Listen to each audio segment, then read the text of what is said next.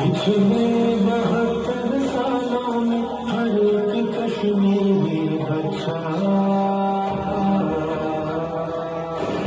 एक जेल में पैदा हुआ करता हुआ।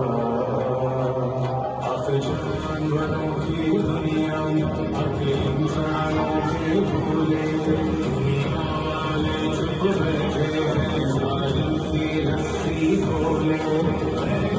मेरा पैदा होना तो जुर्म किया है मैंने, जिंदगी मैंने जी होगी जुर्म सहा। ये बात जालिम भूल गया।